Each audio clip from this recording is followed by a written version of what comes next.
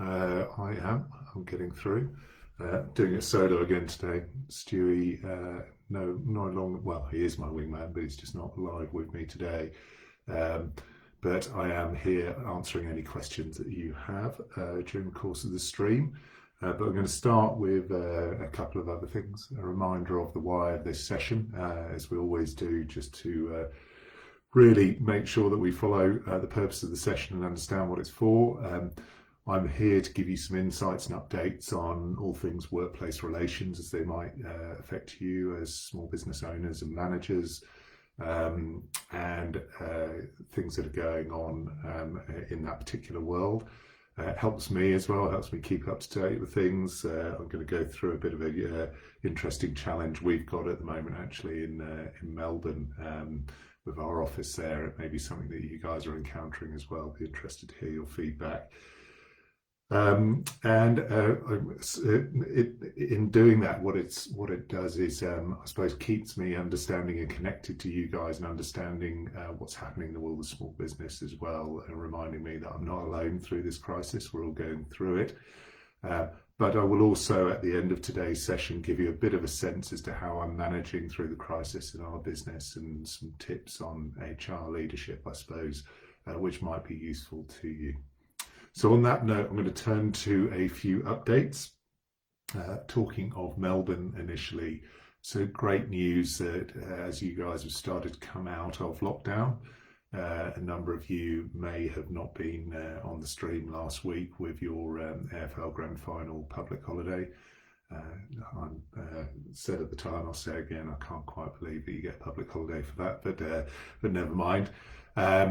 So you may well be finding yourself back at work this week, which I hope is the case, and I hope that you have now found a way to approach your current form of normal.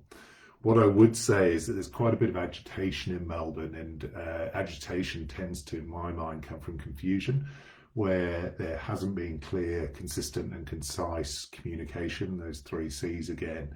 You tend to get a bit of confusion, which results in some agitation. So I'm certainly seeing quite a lot, and I suspect you guys are in the media, both formal and social media, about people saying that social distancing and the requirements on businesses post opening up in Melbourne are not being followed everywhere. Starting to see a bit of a worrying trend, for example, in restaurants where people are being called out for not following COVID safe plans. That worries me in the sense that I don't want to see any business owners unfairly picked on during the crisis.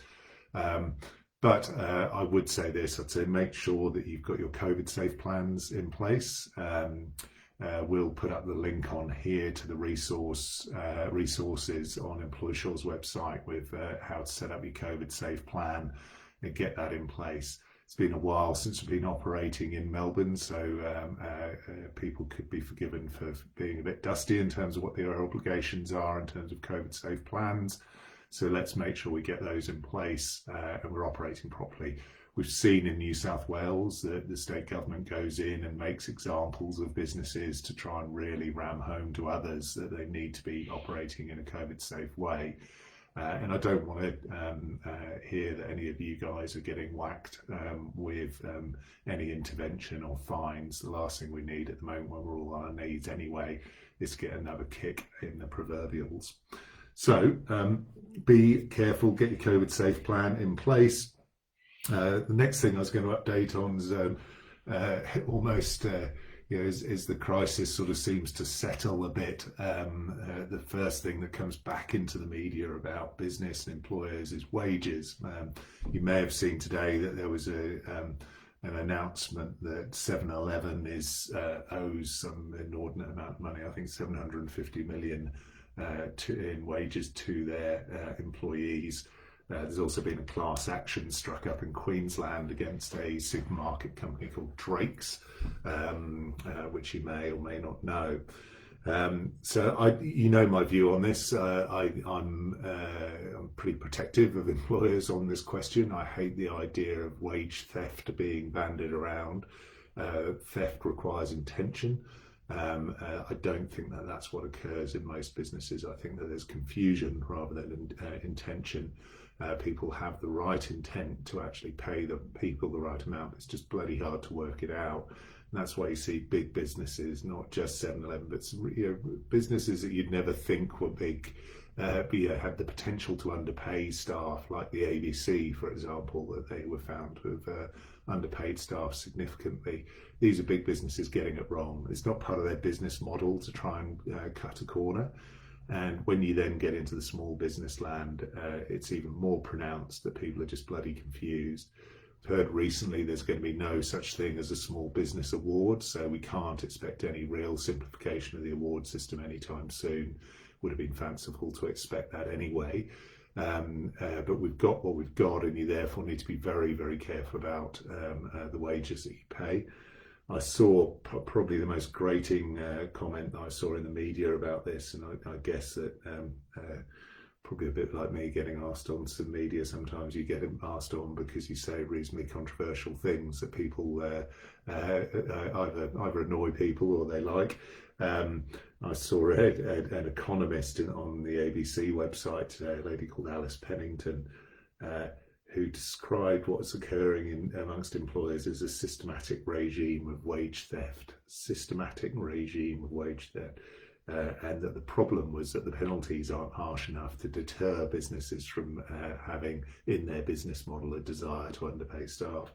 I mean, it's frankly a ludicrous comment by someone that wouldn't have the first clue anyway, how an economist would understand what small businesses are doing day to day in terms of how they decide what to pay their staff and so forth.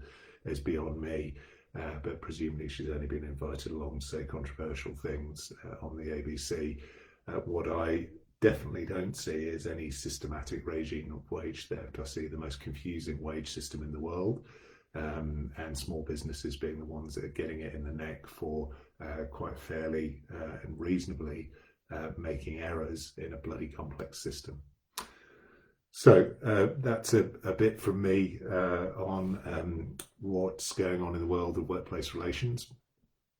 Not that much. There's the short answer. If you're in Melbourne, you'll be battling with trying to understand all the ins and outs of your obligations. I'll see if I can answer any of those if you've got any questions about whether you're allowed to be open and so on. The thing I was going to mention in Melbourne for us is sort of somewhat amusing in a way that we are bringing our teams back into the office in Melbourne next week, and we had one of the team pop in yesterday just to ensure that everything was ready to go, and we were okay to get people back in.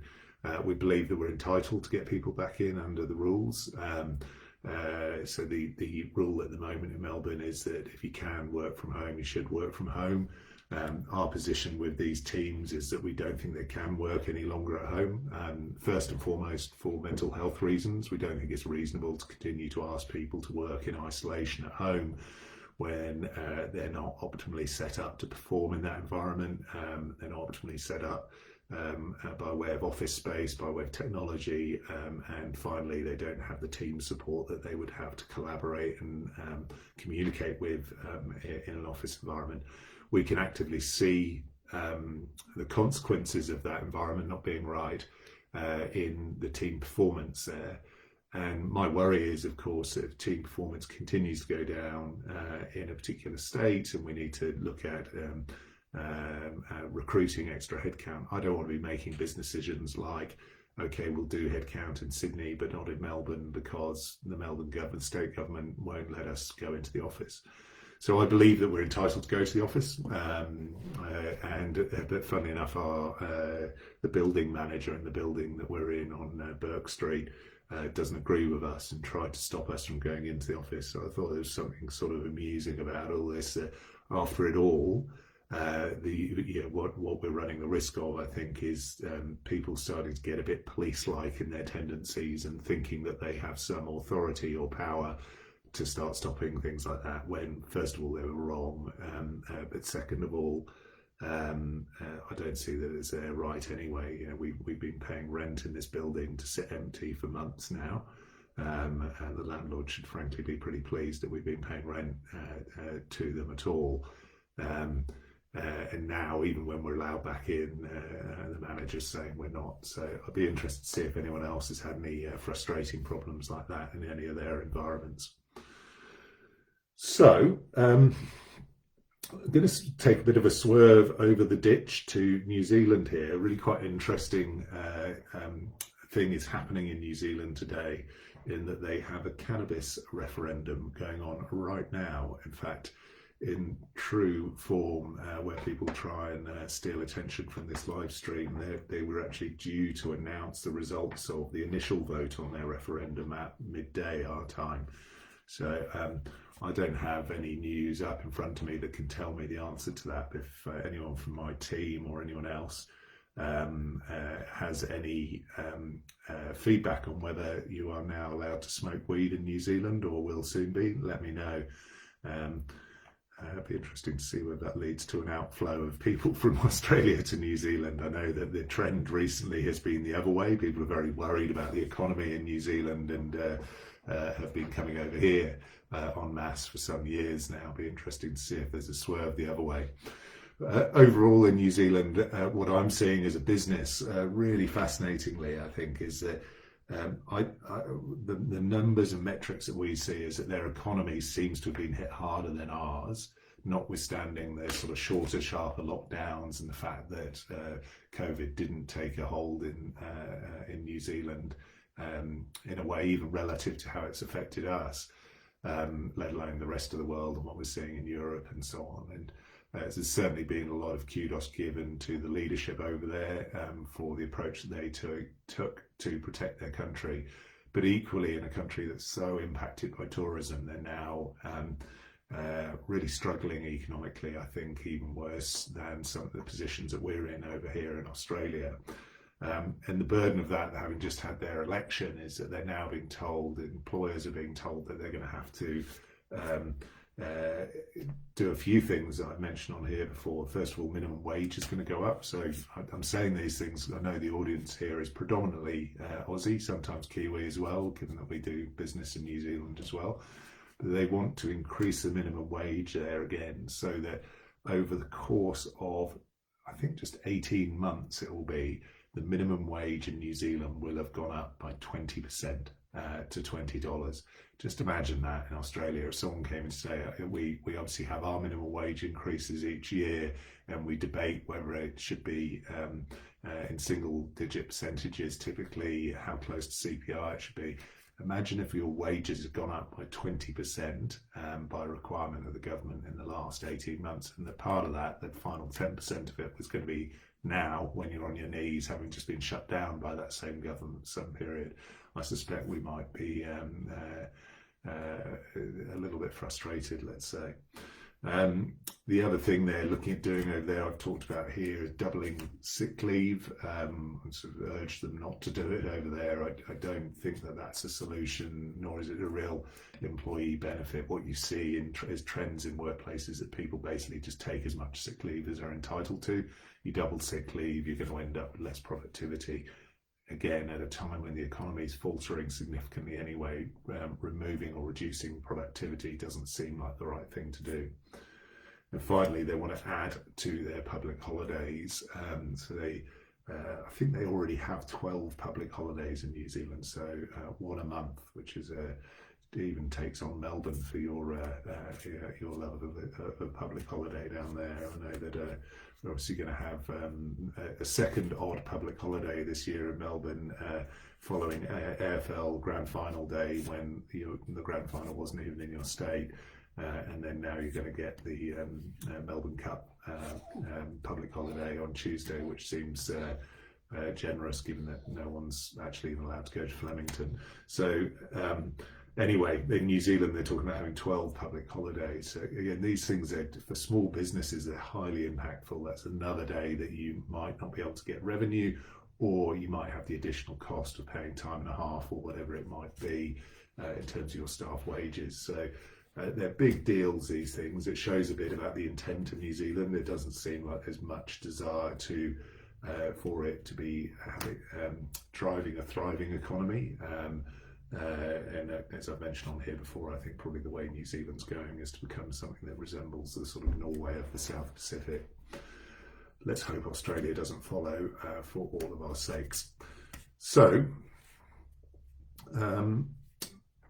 let's go on to the final bit before I start answering some questions. So the final bit was that just something I've been through this week in terms of trying to lead and manage our team here. So I've been conscious for a while that one of the hardest things you can do, I use the metaphor of doing some exercise with this, or running a race, let's say, running a running race. One of the hardest things you can do in running a running race would be to do a race that you didn't know how long it was. We've probably all been for a jog at some stage, and not knowing where the finish line is, or not knowing how long you've been going for and how long you've got left, is a really hard way in which to do things. Certainly it's very hard to perform optimally. You can end up trying to pace yourself to something that you don't know when it will finish, so you end up going too fast or too slow. And one of the odd things about this crisis, continuing that metaphor, is that it hasn't had a finish line. And if we thought early on that it did have a finish line and we were all running furiously to that line, it then shifted significantly, leaving us to try and regather our thoughts and try and create a new pace that we could actually maintain for a longer period. And I've been worried for some time in managing our team that without being able to present them with a finishing line, there was always just the risk that people would just fatigue and start drifting off and not being able to carry on getting up each day. They get quite despondent, particularly if, say, you're locked into a work from home environment and you might have a propensity to be despondent anyway. You might suffer from mental health issues. And those who just don't know when this is going to end were more likely than others to suffer. So I've been conscious for a while. I've been wanting to create and help my team understand what we're actually trying to get towards. So our mission at Employ Sure through the crisis has been to achieve business success throughout the crisis and beyond. Now, when you don't know when the crisis finishes, it becomes harder and harder to fulfill that mission and to keep racing to it. So I was looking at the position in the various locations in which we operate last week, and with Melbourne being the kind of I suppose the most restrictive place and the place where that was still deepest in the crisis, with the light at the end of the tunnel there, I thought this is the perfect time to start to communicate to my staff where the finish line is in this crisis and start running towards that. Now I can't, and I need to be quite open with our staff, that I can't promise that that's where the finish line is. We could end up with third waves, more circumstances of lockdown. All of those things are very real, but I can put a best foot forward and say, look, subject to some change, this is the finish line I'm now asking you to race to. I'll get to why this is relevant in a moment, all this finish line and running stuff. I should add that I'm a terrible runner, so it's not really a great metaphor for me.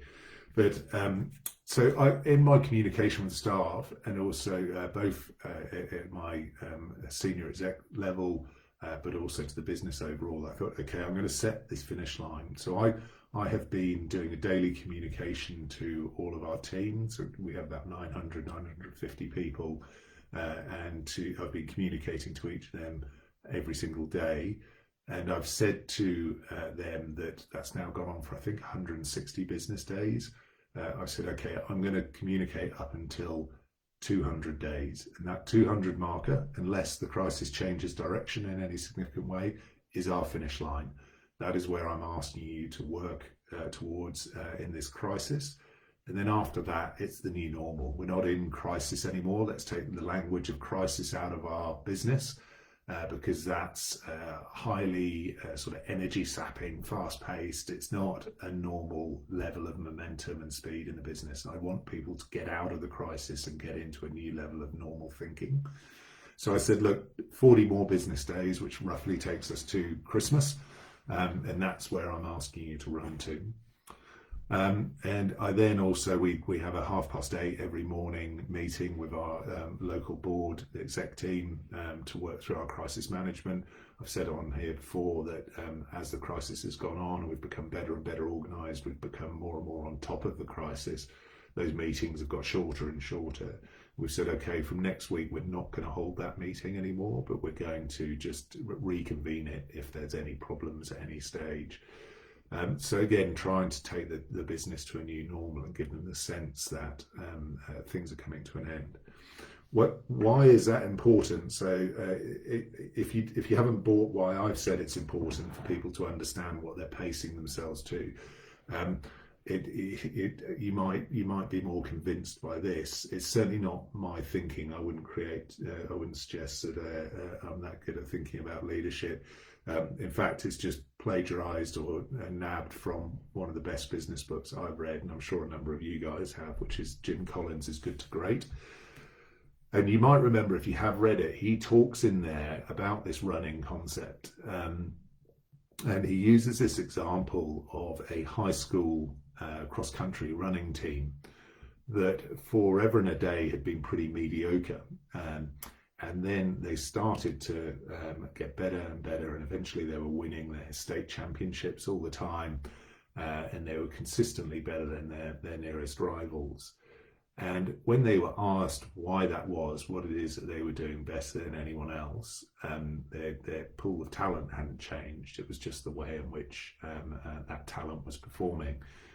And the answer to that was quite simple, that they had first of all created a very clear mission, a very clear why, which was that they wanted to be the best in the state. They had, second to that, created a very clear how. And this was the magic of it, actually, is that their how was not just that, how are you going to become best in the state by winning races. They actually went into how they were going to win the races. And specifically, they did something quite different. So most runners apparently are running to a consistent form of pacing, checking their time against certain checkpoints and things like that to try and understand how to run their race. They actually, in this high school, went for a very, very simple methodology, which was that they had their coach stand at the marker of the final mile. And when you got to that marker, the coach would tell you how many people were ahead of you, and your objective became to pass as many people as you could in that final mile. Now, the important thing there is that the KPI that they were using, passing people and moving up the ranks, was the right KPI. The wrong KPI would have been actually how quickly can you do the next mile, because how quickly you can do the next mile wasn't the determinant of success to their mission, being the best in the state. And by setting this challenge to each of the runners to say, okay, how many people can you pass in this last mile, they were ruthlessly focused on this final mile.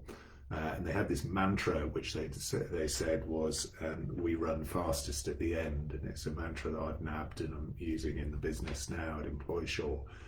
And they were very proud of the idea that they run fastest at the end, so much so that they used to give out sort of, I think they were like stickers or medals for every person that they passed in each race. So it became a collection item that the more of these stickers you had, the better you'd done. And it really resonated with me, that idea of having a very clear why, very clear how, but also really focusing in on that how to being very specific to what it is that you need to achieve.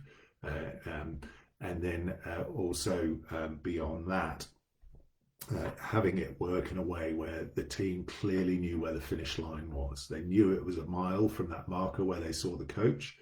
And they would run hard from that mile, running fastest at the end. And the effect was there, or the outcomes were there in terms of them becoming best in the state. So I've taken that concept and I'm trying to adopt it to and adapt it for EmploySure in saying, right, okay, I've just announced that we're in the final mile. Now we need to run fastest at the end. How many people are you going to pass on your way? Now, the people that you pass in different roles could mean different things. You might have some internal competition against the person that sits next to you about how good the advice you're giving is, or whatever it might be. It's, in our case, it's not that we don't look at external competitors in that way. We wouldn't spend our time focusing on, trying to get past them in terms of size or whatever else it might be. That's just not the culture that we have. but we'll focus on healthy competition between ourselves to get to this finish line. For our sales reps, for example, that might mean doing more business than they did, than their nearest rival in the team did, or something like that. So that's just a little bit about how we're managing through the crisis, trying to run fastest at the end. I thought it might be useful because I get asked quite a bit that around the things like JobKeeper, where people are finding that they're getting HR issues come out of that, where people seem to be sort of reluctant to come back into the work or enjoying being paid to sit at home, those sorts of things. How do you create an environment that is high performance and people are keen to work with the business to come out of the crisis successfully? The answer, like anything, starts with a clear, consistent and concise communication plan. Then second to that, making sure that you are very clear on what your mission is. As I said, for employee business success throughout the crisis and beyond, then you're very clear on how you're going to achieve that mission. And we've just changed that how to setting this finish line and running fastest to the end. So guys, there's a bit from me. You may or may not find that useful. If you didn't, don't worry about it. Just put it in the back of your mind. If you did, then great. So I'm just looking to see if we have any questions. Yeah, we do, and we've got a couple of things to update on. So interestingly, in New Zealand, more people have said no to the cannabis than yes, 53%. They thought, given that there was this big swing to the left in the election, that would have resulted in a much higher vote for people saying yes. But very interesting. It seems that New Zealand remains a little bit conservative even through all of this. So some questions. Angela says, hey Ed, I'm a Melbourne business owner, finally allowed to open my doors. I'm trying to do my best around contact tracing, but had some customers already refuse. Any advice on this or from other business owners in the group? Really interesting. So when you say contact tracing, what I believe you're doing is asking for details. You'll hear some people refuse on the basis of privacy. One of the big things, for example, with these apps that have proliferated as a result of this is that there's a very big concern about how the data that's being submitted to these apps, where you're scanning QR codes and things like that. So you will potentially get people refusing. Now, my understanding of your COVID safe plan is that you've got to have a plan in place and you've got to use reasonable endeavours to put it in place. And as long as you are trying, I don't believe that you are then responsible for the fact that if someone says no. If you wanted to be an absolute stickler to it, you could have a plan which said, unless people agree to it, then I won't allow them in. And that may be one way to go, but let's be realistic in the context of businesses that are trying to get back up. That's quite a hostile business pitch at the start. So try and be persuasive in the way you do it. Just say, look, with this for you and fellow customers, I can assure you that this data is being used only for the purposes of contact tracing. It won't be shared with any third parties and so on. If you're very clear about that, you start to negate the need for people to say no. But you might get some sticklers and you've got to make a business decision whether your COVID safe plan says, well, in which case I won't serve them, or I will, and it's up to them to decide whether they want to share data or not. So Elena says, hello Ed. Hello Elena. I'll be looking to do some hiring and wanted to access the job maker scheme. Any thoughts on the risk of discrimination if I only look for candidates under 35? Can I specifically advertise the role for under 35s only? There's undoubtedly a risk of discrimination there, Elena, and it's not just a sort of employment relations expert hypothetical one. Yeah, if I'm I am over 35. If I'm over 35 and I see a job ad that says only under 35s apply, and I'm in desperate need of work, I may well be a bit pissed off about that. And consequently look to challenge it. So the way in which I'd recommend, and we as a company are recommending our clients do, is to not put things like that in an ad. So that is prima facie discriminatory, but to recruit people based upon your interviews with them and who's best for the job. If they happen to be a job maker eligible, then you'll get the benefit of the subsidy. But tread very carefully in trying to go like an arrow to find people who are job maker eligible. Remember that to be on the job maker scheme, they've also got to have been getting government support in the period prior to coming and working for you, which I'm going to be really fascinated to see, like, is that a real situation that's going to really impact and help businesses? But you're looking for quite a narrow group of people there, someone who needs a job, has been on government support and happens to fit your needs, and also is under 35. So it'll be interesting to see whether JobMaker really actually does much. So Ian, hello Ian. He says, we're a cafe in Melbourne and grateful to be able to start trading again. I'm chuffed for you as well, Ian. We have a long-term casual who's already been unavailable for the 3 shifts we've offered. She's on JobKeeper, so getting paid anyway, but seems like she's just avoiding work now. Am I able to remove her from JobKeeper if this continues? You are potentially, but you should be going through a disciplinary process potentially. So you kind of got to take one of 2 routes with this. You have said that she is a long-term regular and systematic casual. She is contrary to that, and the characteristics that would make her a long-term regular and systematic casual. She's saying no to shifts. So you can do one of 2 things. You can either speak to her informally and say, look, we seem to be on different pages here. We applied for JobKeeper on the basis you were regular and systematic, which means that by its very nature that when we offer shifts up, you do them. And if you're saying no to it, it must be that you're not regular and systematic, in which case we shouldn't be applying for JobKeeper for you.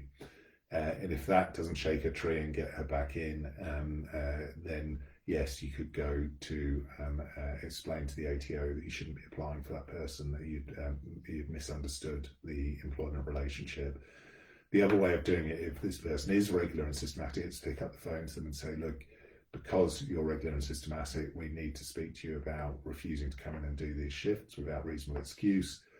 Please come in, we want to consider some form of disciplinary. So you can go down either one of those paths, but the primary aim, of course, is to shake the tree, presumably to get the person back to work if you think they're any good and you want them to carry on working for you. So Susan says, we have staff working from home. One recently sprained her ankle and is sending us the invoice for physio treatment. Are we obliged to pay any or all of her costs? And who has the burden of proof that she actually sprained it while working? So the answer to that is no, I wouldn't be paying her physio treatment now. I'd wait. If she's saying that she sprained her ankle in the ordinary course of her duties, then she should be making a workers' compensation claim.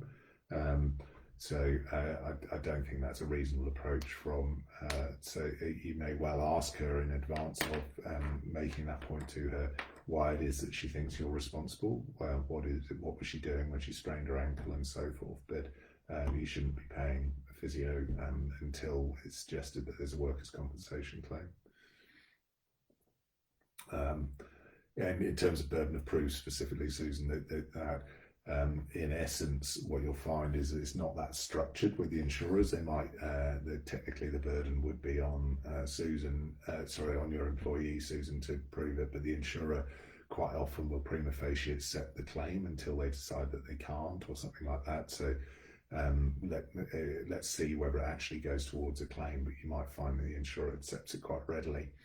Depending on your size, you shouldn't worry too much about workers' comp, because you may well not be what they call claims affected. You need to be above a certain size of business to be claims affected, which basically means if you have a claim, your premium goes up next year. So typically smaller businesses won't be claims affected, so it shouldn't be too worrisome for you if they do go and make a claim. Greg says, hello Ed, can I re-employ former staff as freelancers or independent contractors? I need some help for a business pivot, but don't want to commit to long-term employment to people in such a volatile environment. You can, Greg, as long as what you're doing, I mean, you could also employ them as casuals, by the way. There'll be a premium on the casual hourly rate compared to what you might have otherwise paid to them. And you should do the engagement as a casual if what you really need is an employee.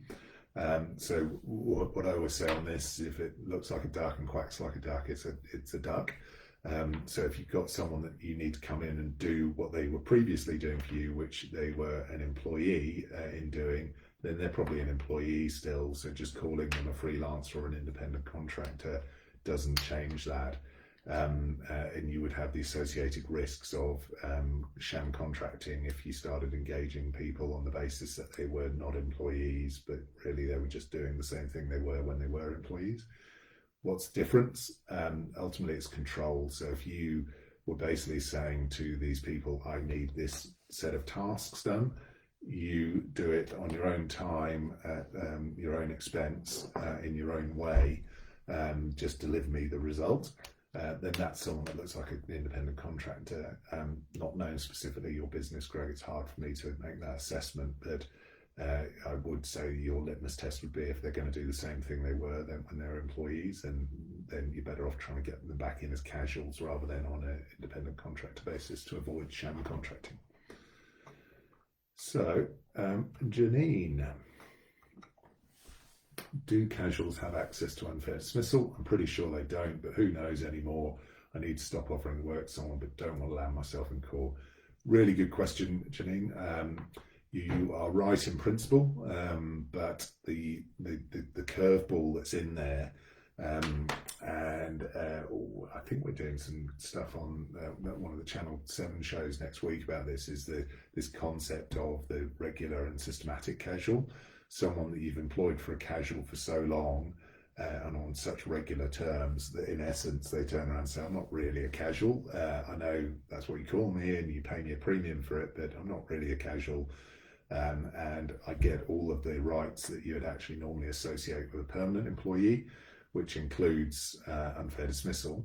And in that case, I'm going to sue you if you just stop my shift. So there is a risk, depending on how long someone has worked for you for, what the level of consistency in their hours and so forth was. So tread carefully. If you're worried at all, I suspect it's because this person's been with you for a while and worked pretty regularly, and you might need some advice on it to avoid going to court. Because remember, guys, when you're getting into something like an unfair dismissal claim, it's the exact thing that you do not want at the moment. So to defend an unfair dismissal claim, you can do it on your own. You don't have to hire a lawyer, employ Shaw or anyone else, but you do run the risk of losing it. And then if you go and hire a lawyer, typically you'll end up spending a fortune on it, and this is money that none of us have to spend at the moment.